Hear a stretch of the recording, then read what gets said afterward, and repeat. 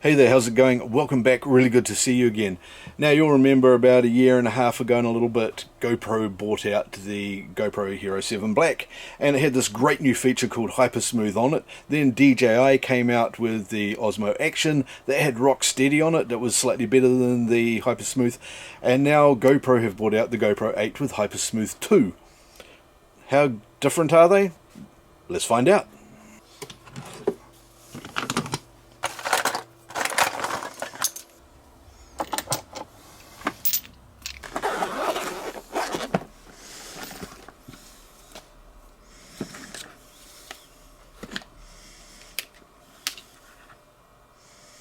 Hey there, how's it going? Welcome back, really good to see you again. Now, if you haven't already, please do hit the subscribe button just down below here. It'd be really helpful to me if you can do that one, and of course don't forget to click like and share and leave any comments below, especially if you've got any questions that pop up while you're watching this video, or if you see something else that you think, hey, go and review that or add this into this comparison in another video. I can do all of that stuff. Let's have a look at these cameras. Okay, the first one I've got here is the GoPro 8. Great action camera. I love this thing. I've been using it a heap. The second one I've got here is the Osmo Action. This is DJI's first real action cam, sports cam kind of thing, and they did a fantastic job of that.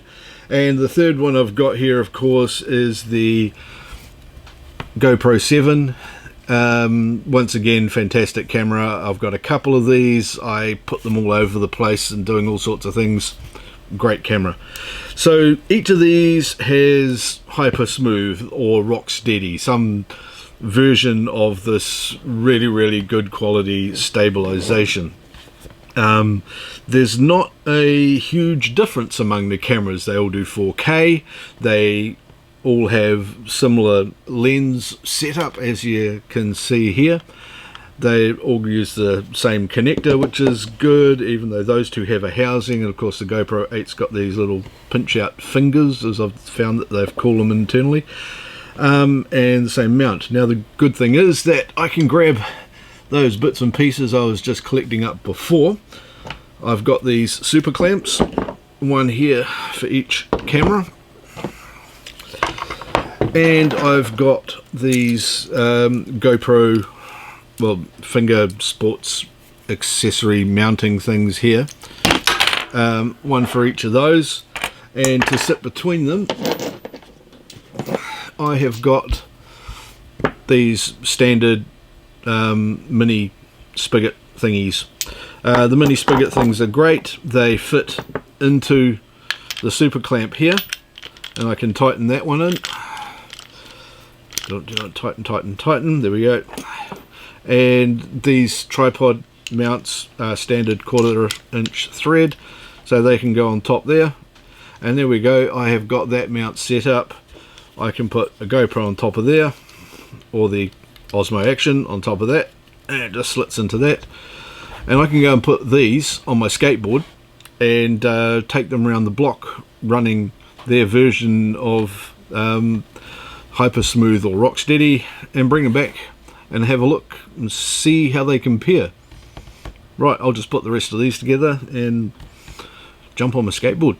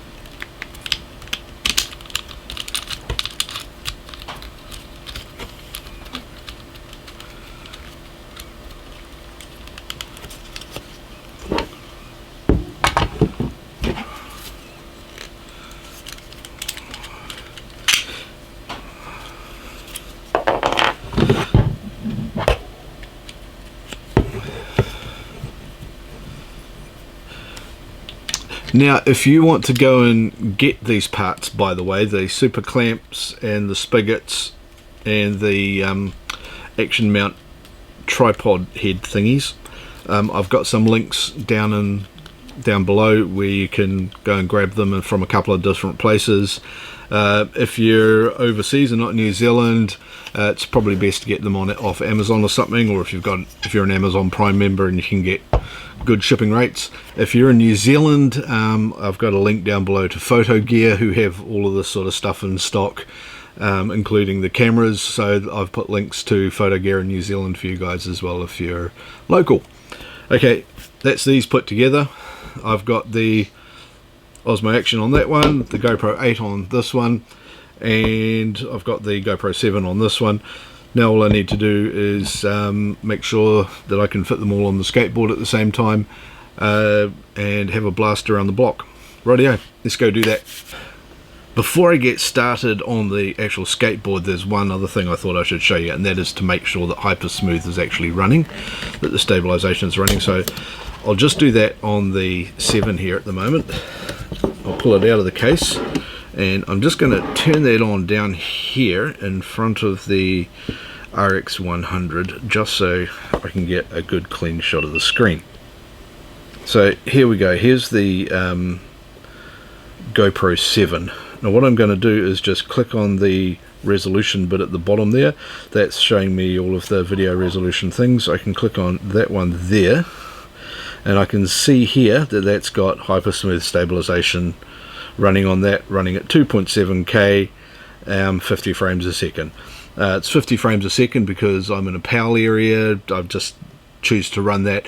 I found that if I'm trying to run things at 30 frames a second, sometimes they're running at 30 frames, sometimes it's 29.97, other times it's 29.97. Reporting is 30 and not quite right, and I got sick of sync problems, so I've gone back to 25 frames a second because I know it's always going to be the same. So I'll just power that down for the time being. The GoPro 8 of course isn't in a cage, so I will just take that off its mount for a second. Same sort of deal though. I can just power this on the side, and that comes up.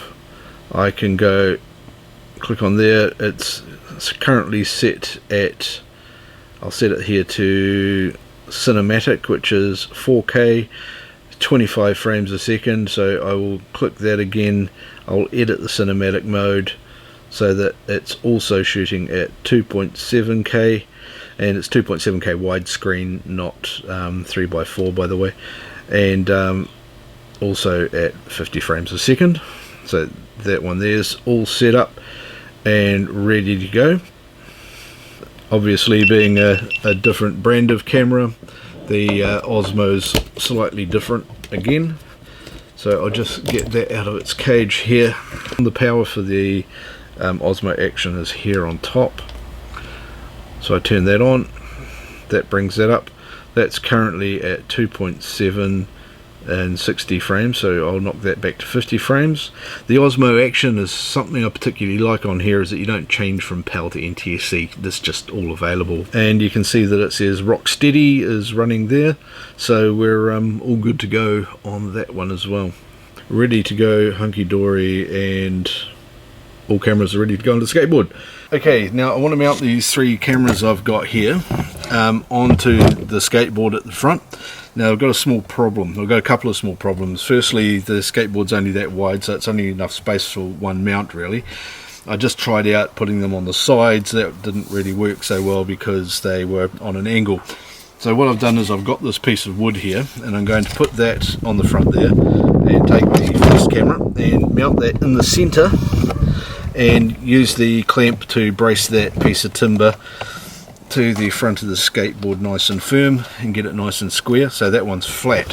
Then what I can do is I can take the next camera and just clamp it to the board and not to the actual piece of timber, not to the skateboard itself. Also the cameras aren't overlapping this way.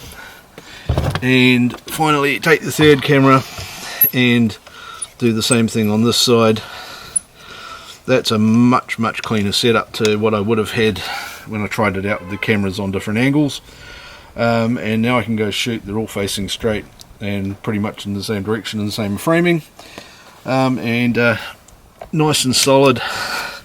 There's, turn that up the other way so it doesn't hit on anything. There's no way that's coming off or going anywhere, and I can go for a run around the block. Okay, so the board I'm going on is got some rubber wheels, so it's not going to be as bumpy as a board with polyurethane wheels. It's this one here. It's a prototype board that I've been testing out for some friends of mine, and here we go.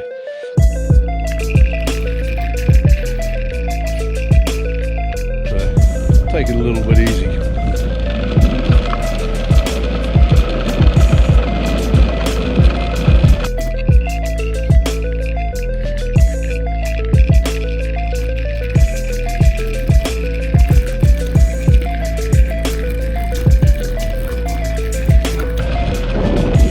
I can see already I'm going to have to stop and adjust the cameras because one of them's spinning around sideways, and the other two have just decided to face down straight away, so I'm just going to have to stop here and tighten up those mounts a bit, I think.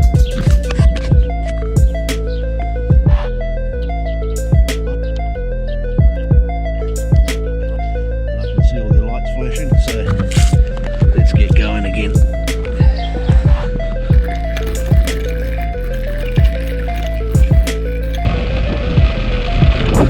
This is going to be quite a test of them actually, because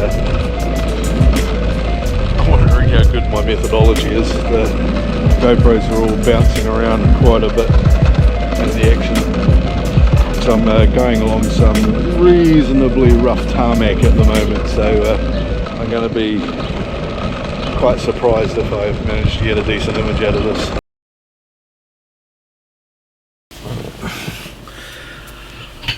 Okay, this is a bit of a confession booth time. I took the GoPros out, as you've just seen, and I've put them on the board and I bolted them on there. I thought, okay, they're nice and stable. I worked out a way to keep them flat, and I'd tighten them all up as much as I could. I thought I'd managed to tighten them a bit more on the run, but when I was going around here, they were all shaking like this. Here, I'd have a look here at how much they're shaking as I'm going around the corner.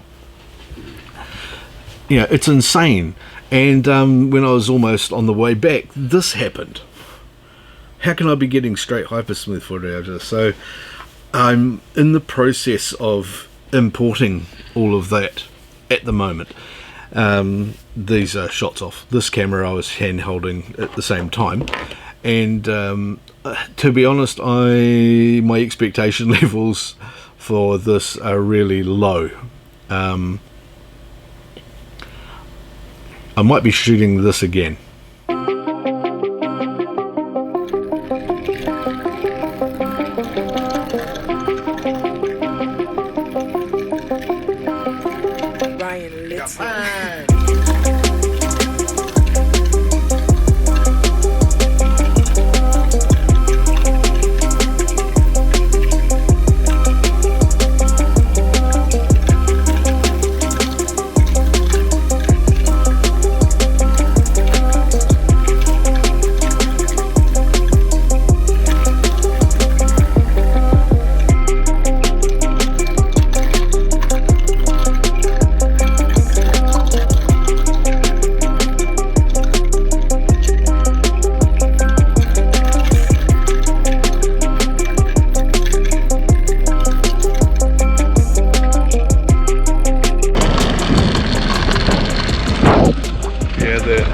So much shaking as vibrating violently, and I can see the first one's already gone up on an angle.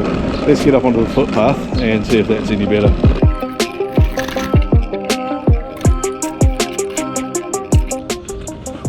I'll straighten them up again just to be fair.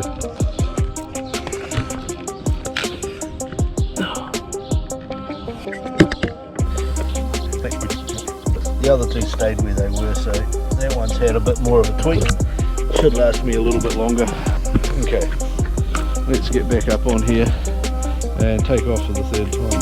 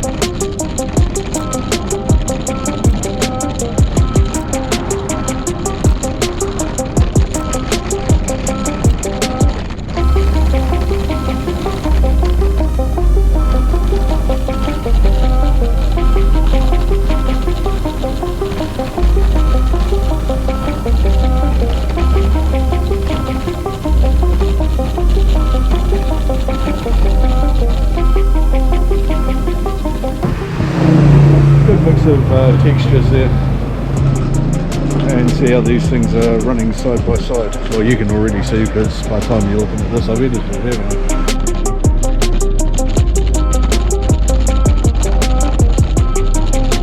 Okay, now just turn around and head back and go the other way.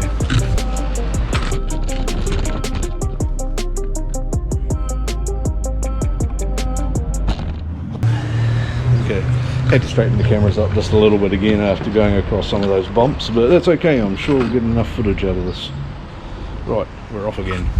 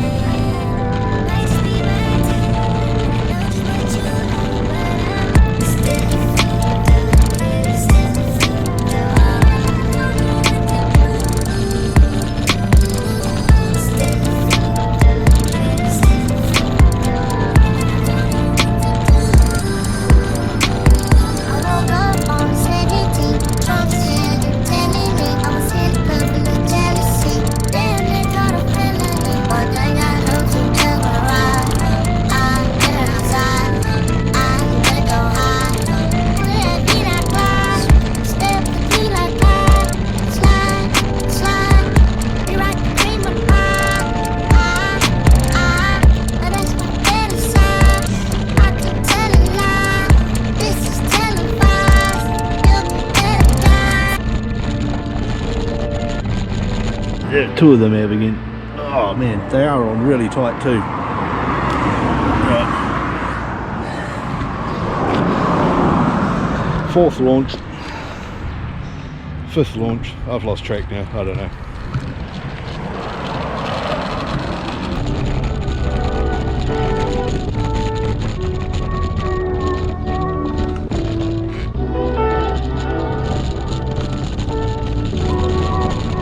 Brian Little.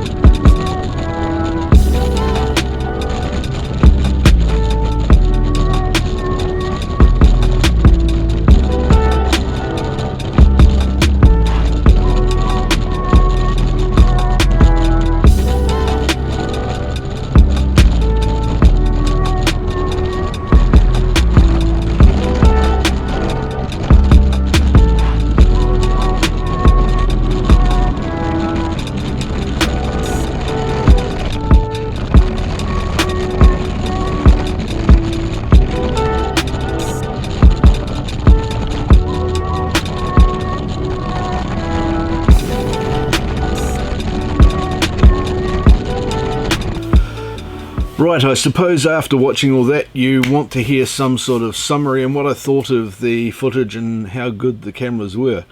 To be completely honest, with them bouncing around in the cases like that, they really were shaking all over the place. They were, I seriously thought halfway around the block that there was no way in hell I was going to get any footage off this and I was going to have to redo the whole test.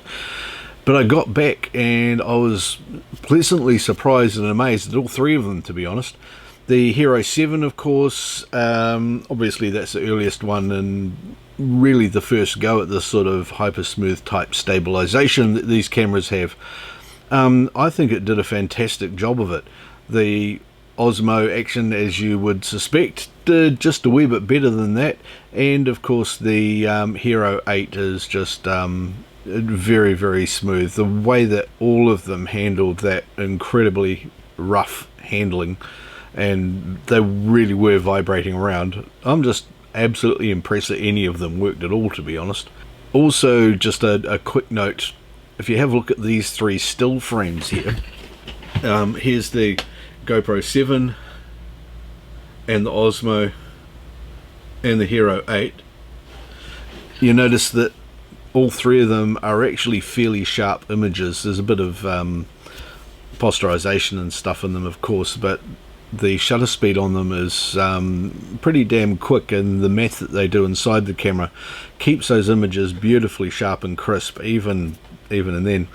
So which one would I buy? Well, I bought all three of them. Which one should you buy? Depends on what you're wanting to do between the GoPro 8 and the Osmo Action. The Osmo Action, of course, does have the advantage in this wonderful front screen, so if you're using it as a vlogging camera and stuff like that as well, that's a great one to go for. The Hero 8, they've got a camera add-on coming. It's going to cost quite a bit more to get the camera add-on, but it also has a microphone add-on with an external microphone plug and some cold shoe points. That's going to be interesting to see where they go with that. One also that I haven't tested in here is the RX0 and the RX10. Sony's answer to these as well. I need to get my hands on a couple of those, and I'll do another comparison video when I manage that. They're also very, very good stabilized, I've heard. But anyway, right, for now, the Osmo Action or the Hero 8, both brilliant. You want a bit more budget space, the Hero 7 still available and a couple of $100 cheaper.